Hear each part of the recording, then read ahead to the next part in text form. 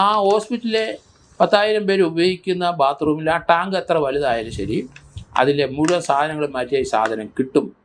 പക്ഷേ എങ്ങനെയത് അവിടെ പോയി എന്ന് പറയുന്ന ആ മൊഴി വിശ്വസിക്കാൻ പറ്റുമോ ഇല്ലയോ എന്നുള്ള അത് തീർച്ചപ്പെടുത്തണം.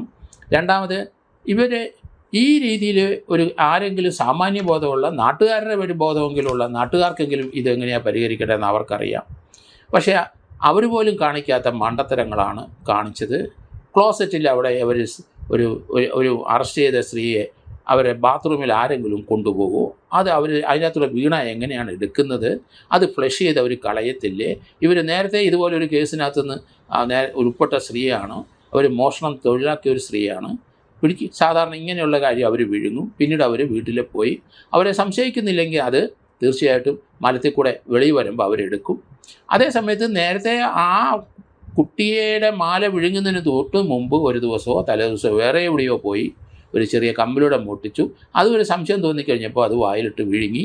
അങ്ങനെ ഒരു തൊണ്ടി മുതലൂടെ കൂടെ കിടപ്പുണ്ട്.